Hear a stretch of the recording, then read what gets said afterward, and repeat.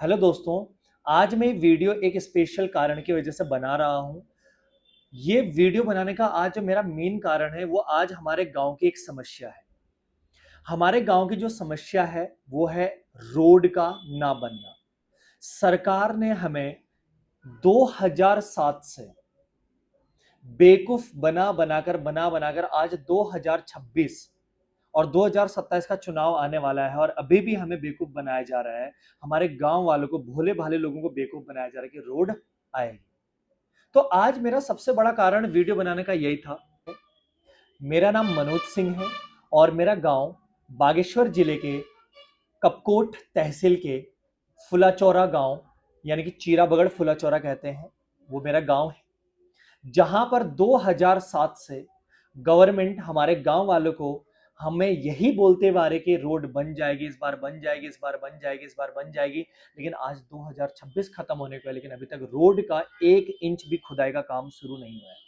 हर election पे वहां पर बुलडोजर खड़ा कर देते हैं, जेसीबी खड़ा कर देते हैं और पेड़ों पे निशान लग जाते हैं हर इलेक्शन के टाइम पे कि यहां पर रोड बनेगी और जरूर बनेगी, 6 महीने के अंदर बन जाएगी, 5 महीने के अंदर बन जाएगी। यही हमें बोलते हुए आ रहे हैं लेकिन आज तक वहां पर इतना सभी खुदाई का काम शुरू नहीं हुआ है।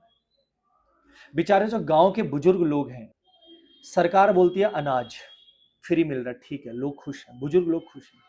लेकिन उस अनाज को लेने के लिए भी तो आना पड़ेगा, उस अनाज को उठा के भी तो ले जाना पड़ेगा। आप सोचे आज के टाइम पे गांव में केवल बुजुर्ग लोग बच चुके हैं, सारा यूथ शहर की तरफ आ चुका है, पलायन कर चुका है। क्यों? क्योंकि गांव में ना तो सड़कें हैं, ना रोजगार है, ना हॉस्पिटैलिटी है, ना वहां पर स्कूल से ढंग के। क्या करेगा वो गांव में रह के? बुजुर्ग लोग बच चुके हैं अब गांव में जो, अब उनको इतना कम से कम 3-4 किलोमीटर ढलान में, एकदम ढलान और ज्यादा समय एकदम सीढ़ी वाली चढ़ाई चढ़कर जानी पड़ती है। आप सोचिए, घंटों लग जाते हैं चढ़ाई में। कोई बीमार होता तो डोली में उठाकर लाया जाता है, 4 कंधों में लोग डोली में उठा के लाते हैं। गाड़ी की सुविधाएं नहीं है, गाड़ी टाइम पे नहीं मिलती तो इंसान वहीं दम तोड़ देता है। कोई गर्भवती महिला वो वहीं दम तोड़ देती है। अभी सुनोगे आपने न्यूज में भी, पहाड़ों में बहुत हुआ ऐसा। और ऐसा विकास अगर हमें मिलना है तो हमें ऐसा विकास नहीं चाहिए। मैं मोदी जी से भी और पुष्कर सिंह धामी जी से भी यही रिक्वेस्ट करता हूं, हमें ऐसा विकास नहीं चाहिए जहां पर विकास के नाम पर केवल विनाश विनाश हो रहा है। विकास जहां चाहिए वहां विकास नहीं हो रहा है और जहां विकास नहीं चाहिए वहां विकास जबरदस्ती कर रहे हैं। ऋषिकेश एग्जाम्पल, जबरदस्ती 4-5 हजार पेड़ काटे जा रहे हैं, वहां जरूरत नहीं है, जबकि जंगल में जाम नहीं लगता वहां पर। लेकिन जहां विकास चाहिए वहां रोड बन ही नहीं रही। लोग इतने दिन से अनशन कर रहे हैं हमारे गांव में, न्यूज में नहीं दिखा रहे हैं, ना देख रहे हैं। हमारा विधायक हमारे पास आता, गांव में आता, रोड बनेगी बोलता, 6 महीने से ऊपर हो चुके, अभी तक रोड का कोई मतलब नहीं है और ना वो विधायक दिखता है। कहां हमारा विधायक? किस लिए चुना गया विधायक को? केवल गाड़ी में घूमकर रैली निकालने के लिए? ग्राम विकास अधिकारी कहां है? डीएम तक हमें रिपोर्ट नहीं दे रहे हैं, ये तक नहीं बता रहे कि प्रोजेक्ट है कहां। खाली हमारे गांव वालों को, बुजुर्ग लोगों को झूठ क्या बोला जा रहा है कि रोड पास हो चुकी है, रोड पास हो चुकी है, रोड पास हो चुकी है, प्रोजेक्ट पास हो चुका है। तो प्रोजेक्ट अगर पास हो जाए तो फाइल है कहां? डीपीआर फाइल बनी कि नहीं बनी, कुछ आता पता नहीं है। प्रोजेक्ट के लिए जो पैसा आना था, क्या बजट पास हुआ नहीं हुआ, नहीं पता है। हमारी फाइल कहां अटकी पड़ी, डीएम तक नहीं बता रहे हैं। डीएम बोलते हैं कि हमें नहीं पता कि आपकी फाइल कहां अटकी पड़ी। अरे तो भाई बोला क्यों जा रहा है कि प्रोजेक्ट पास हो गया? तो पास हो गया क्या हवा में लटक रहा है कहीं बीच में? आपको नहीं पता तो किसको पता? बताइए उसका नाम, हम उनसे पूछ लेंगे। आरटीआई लगा रखी, अभी तक कोई इंफॉर्मेशन नहीं मिल रही आरटीआई के थ्रू। खाली कुछ नियम कानून बना देंगे, वो भी आम जनता के लिए, बस आप इसको फॉलो करते हुए आप ऊपर तक आओ, तब तक सांसें टूट जाएंगी आपकी, कमर टूट जाएगी आपकी। ये है हमारा विकासशील देश। आज शक हो रहा है मुझे इस सरकार पे। हम भी बीजेपी वाले हुआ करते थे, हम भी बीजेपी सरकार वाले हुआ करते थे। मेरी पूरी पीढ़ी बीजेपी बीजेपी कर दी और हमारे दिमाग में बीजेपी डाला। आज भी अगर कोई मोदी जी को कुछ बोलता तो मुझे गुस्सा आता है कि भाई मोदी जी के बारे में कोई गलत नहीं बोलेगा, क्योंकि हम उनको भगवान मानते हैं। और यही शायद से सबसे बड़ी गलती कि हम इन नेताओं को भगवान मानते हैं। आज मेरा गुस्सा निकल रहा है इनके ऊपर, क्योंकि मैं देख रहा हूं न्यूज में हर जगह कोई किसी मुद्दे पे बात नहीं कर रहा है। सोशल मीडिया खोलता हूं, वहां पर मुद्दे निकलते हैं कि दिल्ली जंतर मंतर में मुद्दा चल रहा है, मध्य प्रदेश में मुद्दा चल रहा है, झारखंड में मुद्दा चल रहा है, बिहार में मुद्दा चल रहा है, देहरादून में मुद्दा चल रहा है, ऋषिकेश में मुद्दा चल रहा है। अरे कौन सी जगह जहां मुद्दा नहीं चल रहा है? हर जगह मुद्दे चल रहे हैं, प्रोटेस्ट हो रहे हैं हर जगह गवर्नमेंट के खिलाफ, पेपर लीक में लीक हो रहे हैं। क्या बोलें इस बारे में? रोड के नाम पे हमारे गांव में लोगों को बिल्कुल ही बेवकूफ बना रखा है। 2007, आप यकीन नहीं मानोगे, 2007, आज 2026 है। 2026 है आज, कोई नामो निशानी, खाली पेड़ पे निशान लगा दे, क्योंकि इलेक्शन आ रहा है 2027, फिर से जीतना रहेगा हमारे विधायक जी को। आओ गांव में, जिताते हैं आपको। मैं तो सही कह रहा हूं, आप ना पार्टी देखो ना लोग, आप देखो कि कौन व्यक्ति ईमानदारी से कार्य कर सकता, मौका दो, किसी नए व्यक्ति को इस बार मौका दो। मुझे लगता है इस बार यूकेडी को मौका मिलना चाहिए उत्तराखंड में। और मेरी इस वीडियो को अगर कोई देख रहा है तो जरूर इस वीडियो को देखकर अमल करें इस पर। मुझे लगता है इस बार उत्तराखंड में यूकेडी को मौका मिलना चाहिए। मैं ये नहीं कहता हूं 100% काम करेगी, लेकिन अपने अकॉर्डिंग मुझे लगता है वो जितना भी करेगी, लेकिन काम जरूर करेगी। इनकी तरह निठल्ले तो नहीं बैठे रहेंगे। मैं जब से मेरा जन्म हुआ है, मैं जब से बोलने देखने लायक बना हूं, आज तक मेरे गांव की सड़क, जो नॉर्मल सड़क है, जो सबसे नीचे नदी के किनारे की सड़क है, वहां पर डामर नहीं हुआ है। वो टूटी फूटी जैसी तो आज भी वैसी की वैसी, वहां पर डामर हुआ ही नहीं। क्या पैसा नहीं आता गवर्नमेंट से उसके लिए? नितिन गडकरी जी यहां पर, और गडकरी ना, देखो नाम भी नहीं लिया जा रहा है। नितिन गडकरी जी जो एथेनॉल पेट्रोल पता नहीं क्या क्या कर रहे हैं, पूरा देश हिला पड़ा इनसे भी। ये अपना अलग ही लॉजिक लगा रहे हैं कि गाड़ी बिजली बनाती है, तो आप समझ लो एवरेज 25 रुपए आ गया। सस्ते सस्ते की बात कर रहे थे, 100 सा आंकड़ा पार कर रखा पेट्रोल का। मतलब धीरे धीरे लूटा जा रहा है, समझ में आ रहा है धीरे धीरे। हमारे विधायक हमारे लिए चुने गए हैं, लेकिन यही विधायक बस अपना घर बनाने में, अपनी खेती करने में, अपना बिजनेस बढ़ाने में, अपने गाड़ियों को, नई नई गाड़ियों को लेने में लगे पड़े हैं। और आम जनता क्या करे, कुछ नहीं पता। आम जनता डूबे मरे घिसे पिटे, कोई मतलब नहीं है। बस आएंगे, थोड़ा सा लोगों को इकट्ठा करेंगे, चाय पानी का नाश्ता जुगाड़ करा देंगे, लोग खुश। अरे हमारे विधायक जी आ गए। और हमारे गांव गांव के लोगों की भी गलती है, कहीं ना कहीं इनकी बातों में आ जाते हैं। लेकिन इस बार मुझे अपने गांव वालों को ये चीज तो जरूर करनी है कि इनकी बातों में बिल्कुल भी ना आए, प्रोटेस्ट जारी रखें। हम आपके साथ हैं, सब आपके साथ। और जो जो मेरी इस वीडियो को देख रहा है, शेयर इतना कर दो कि गवर्नमेंट तक पहुंचे और हर एक व्यक्ति देखे आज गांव गांव में चल क्या रहा है। हमारे गांव के लोगों ने अनशन करना स्टार्ट कर दिया, काले कपड़े की पट्टी बांधकर सरकार का विरोध करना शुरू कर दिया, चूल्हे जलाने बंद कर दिए, अब घेराव कर रहे हैं ये अपने विधायक का। अब मुझे लगता नहीं फिर से विधायक इनकी कुछ मानेगा, इनको बेवकूफ बना के भेज। तो एक व्यक्ति जो बागेश्वर जिले के लीती साइड में, मुझे लगता है उनकी बहुत वीडियो देखता हूँ, तो मुझे बहुत सही भी लगते हैं कहीं ना कहीं, भूपेंद्र कोरेंगा जी। तो मुझे आपसे भी एक बात कहनी इस वीडियो के माध्यम से, कृपया करके आप जिस हिसाब से मुद्दों को लेकर चलते हैं, जिस हिसाब से आप बोलते हैं, मुझे आप बहुत अच्छे लगते हैं, बहुत सही लगते हैं। और कहीं ना कहीं मुझे लगता है गांव वालों को आपको सपोर्ट करना चाहिए, और जितने भी गांव वाले आपका सपोर्ट करें, और आप इसी तरह की लड़ाई को जारी रखें। हम सभी आपके साथ हैं, और उम्मीद है आने वाले टाइम पे आप इस क्षेत्र में कुछ ना कुछ बदलाव जरूर करेंगे। तो मैं अपने गांव वालों को सभी को यही रिक्वेस्ट करता हूं कि भूपेंद्र कोरेंगा जी से मिले, उनके साथ मुद्दा शेयर करें, और कहीं ना कहीं उनके साथ इस प्रोटेस्ट में शामिल हो और इनका साथ दें। सोचिए, जो सड़क में 26-27 साल से देख रहा हूं, वही इन्होंने सही नहीं करा पाई आज तक, तो ये नई सड़क कैसे बनाएंगे? मुझे तो शक हो रहा है फिर से इलेक्शन के चक्कर में लोगों को डगमगा रहे हैं। 2026 में 8 किलोमीटर का प्रोजेक्ट पास हो गया बोल रहे हैं, लेकिन आज तक उसका बजट पास क्यों नहीं हुआ?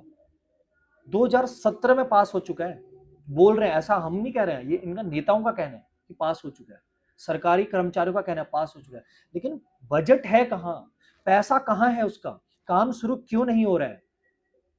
इसका जवाब डीएम तक नहीं दे रहा है। डीएम कहता है मैं लिखित में नहीं दे सकता, केंद्र सरकार का मामला है। अरे भाई, क्या केंद्र सरकार का पूरा 100% केंद्र सरकार का मामला है? ये 60% और 40% में डिवाइड है केंद्र और राज्य सरकार का। तो क्या आपकी जिम्मेदारी नहीं बनती है कि आप बताएं कि प्रोजेक्ट कहां पर है, फाइल कहां पर है, बजट क्यों नहीं पास हो रहा है? आपकी भी जिम्मेदारी बनती है बताना। आप सर्वेंट हैं, आपको बताना पड़ेगा, आपसे जो लोग पूछेंगे आपको बताना पड़ेगा, जवाब देना पड़ेगा लिखित में। आर्मी रिटायर्ड लोग आए हैं, उनके पास बहुत पैसा है, वो चाहे तो शहरों में अपना जिंदगी आराम से व्यतीत कर सकते, लेकिन आज वो भी गांव में अपने पूर्वजों की जमीनों को लेकर वहां पर गांव में रहना चाहते हैं, प्रोटेस्ट कर रहे हैं, अपने मेडल जीते मेडल को, अपने मेडल को आपको देकर अपना विरोध करना चाह रहे हैं। आप क्या चाहते हो? आप गांव में जाकर एक बार बुजुर्ग लोगों की हालत देखो, चलने लायक हिम्मत नहीं, वो सोचो अगर बीमार पड़ गए तो कैसे आएंगे? राशन फ्री में दे रहे हो तो क्या हो गया, लेने कैसे आएंगे वो? गाड़ी की सुविधा तो गाड़ी से मंगाया जा सकता है, कोई सुविधा उपलब्ध नहीं है हमारे गांव में। तो सबसे बड़ा मुद्दा आज यही कि हमारे गांव में रोड क्यों नहीं आई अभी तक 2017 से? बोला 2007 से गया, 2017 से अभी तक नहीं आई। पैसा है कहां? या तो आप लोगों ने खा दिया इस चीज को, क्योंकि आरटीआई तो लगाएंगे हम लोग, और मैं लगाऊंगा आरटीआई कि ये जो बजट अगर पास हुआ था 2016 में 17 में, तो उसका बजट पास क्यों नहीं हुआ, और बजट पास हुआ तो पैसा है कहां? जवाब देना पड़ेगा आपको लिखित में। आज आप बेचारे अनपढ़ लोगों को आप डगमगा दे रहे हो कि हम लिखित में नहीं दे सकते, केंद्र सरकार का मामला है। ध्यान रखें, हम नागरिकों का संवैधानिक अधिकार है, आप जिस पद पर हैं, हम उस पद पर आप रहते हो, क्या कार्य कर रहे हैं, वो हमारा पूछने का अधिकार है। ये मत भूलिए, हमें भी संविधान ने मौलिक अधिकार दिए, हमारे भी कुछ अधिकार है। आज अगर मैं इस चीज को बोलूं तो कहीं ना कहीं मेरा मौलिक अधिकार का हनन भी हो रहा है, और हमारे गांव वालों के मौलिक अधिकार का हनन हो रहा है। जीने का अधिकार, आर्टिकल नंबर 21, आर्टिकल नंबर 21, जिसमें चिकित्सा का अधिकार, शिक्षा का अधिकार शामिल है, जीने का अधिकार शामिल है। क्या मेरे मौलिक अधिकार का हनन नहीं हो रहा? क्यों? जीने तो दिया नहीं जा रहा गांव में। कहां से जी रहे हैं लोग बताओ? चिकित्सा के लिए वहां पर कोई सुविधा नहीं है, हॉस्पिटल कोई अच्छे है नहीं, पहाड़ से हल्द्वानी रेफर करना पड़ता है, 250-300 किलोमीटर रेफर करना पड़ता है अगर कोई सीरियस हो गया तो, 250-300 किलोमीटर पहाड़ी रास्ते में। अब बरसात में रोड ब्लॉक, पेशेंट आधे रास्ते में खत्म। यह है सरकारी सुविधा। और जो हल्द्वानी में ना हो सके तो देहरादून रेफर करो, मतलब पूरा राज्य घुमा दो पेशेंट को जब तक वो मरता नहीं है। तो जीने का अधिकार कहां मिला उसको? कहां से मिला उसको जीने का अधिकार? मैं सरकार से क्वेश्चन करना चाहता हूं आज। तो हमारे कहीं ना कहीं मौलिक अधिकारों का भी हनन हो रहा है। तो मैं यही कहना चाहता हूं सरकार से कि हमारे गांव की तरफ भी थोड़ा ध्यान दें। हमारे गांव ही नहीं बल्कि बहुत सारे गांव हैं उत्तराखंड में जहां आज आपने ध्यान नहीं दिया, केवल कुछ चंद जगहों पे ध्यान देते हैं बस। तो आपसे मेरी रिक्वेस्ट है कि आप हमारे गांव के लोगों की जो समस्या उसको सुने और उस पर अमल करें और उस कार्य को फिर से शुरू करें। अगर आप चाहते हैं कि आपकी सरकार बरकरार रहे तो आप इस काम को जल्दी से जल्दी करें। इलेक्शन से पहले काम होना चाहिए। अगर इलेक्शन से पहले काम नहीं हुआ तो सोच लो इस बार बीजेपी नहीं आने वाली। मैं लिख के देता हूं, इस बार बीजेपी नहीं आने वाली। जिस तरीके से लोग, मैंने बहुत सारे लोगों से मिला जो बीजेपी को पसंद करते थे, बीजेपी से जुड़े हुए थे, लेकिन आज मैं देख रहा हूं वो लोग बीजेपी से धीरे धीरे कट रहे हैं। जिनके लिए रिस्पेक्ट बनी हुई थी, रिस्पेक्ट खत्म हो रही है। आज कमेंट बॉक्स देखो तो हर जगह लोग गालियां ही गालियां दे रहे हैं। गांव में योजनाएं लाते हैं, बोलते हैं सरकार हम पलायन को रोकेंगे, बोलते हैं हम ये रोकेंगे। अरे पलायन रोकोगे कैसे? पहले वहां विकास तो करो। आप बोलते हैं हम ये करवाएंगे, ये रोजगार, अरे रोजगार करेगा कहां? पहाड़ की चोटी पे बैठ के रोजगार करेगा वो है? जहां ना नेटवर्क आ रहा है, ना जाने की सुविधा, ना आने की सुविधा, वहां पहाड़ की चोटी पे बैठ के, पत्थर बैठ के विकास करेगा वो अपने गांव का, या रोजगार करेगा, पैसे कमाएगा वहां पे? और बोलते हैं कि हम रोजगार ला रहे हैं पहाड़ों में। कैसा रोजगार ला रहे हो आप पहाड़ों में? एक छोटा सा एग्जाम्पल दे दो, गौरा देवी कन्या धन योजना के लिए स्कॉलरशिप आती है लड़कियों को कि 12वीं पास कराओ, कन्या धन योजना के लिए 50,000 रुपए मिलेंगे। और उसके लिए आय प्रमाण पत्र कितने बनाना? 4,000 महीना। 4,000 रुपए सैलरी किसके स्टैंप पे? किसकी सैलरी है 4,000 रुपए? पटवारी 4,000 रुपए की आय प्रमाण पत्र रिजेक्ट कर देता है, और जब पैसे दो तब एक्सेप्ट करता है। ये लोगों का कहना है। तब बनाता है 4,000 वाला, नहीं तो 4,000 किसका है आय प्रमाण पत्र बनेगा बताओ? 4,000 तो किसी की सैलरी नहीं, गवर्नमेंट ने खुद सैलरी डिसाइड करी है कितनी सैलरी, 12,000 15,000 इतनी रहेगी। तो 4,000 वाला कैसे बन रहा है उनका आय प्रमाण पत्र? थोड़ा सा लॉजिक तो लगाओ कि 4,000 आय प्रमाण पत्र लगा के तब वो स्कॉलरशिप मिलेगी। है किसी की 4,000 रुपए आय महीने की? मतलब साल के 48,000 रुपए, साल का 48,000 रुपए कमा रहा आज के टाइम पे व्यक्ति। तो बहुत सारी चीजें जिसपे सोचा समझा जा सकता है। जो मतलब है हमारे गांव की सड़क, जहां पर आज भी हम बाहर आए लोग, मैं खुद अपने गांव जाना चाहता हूं।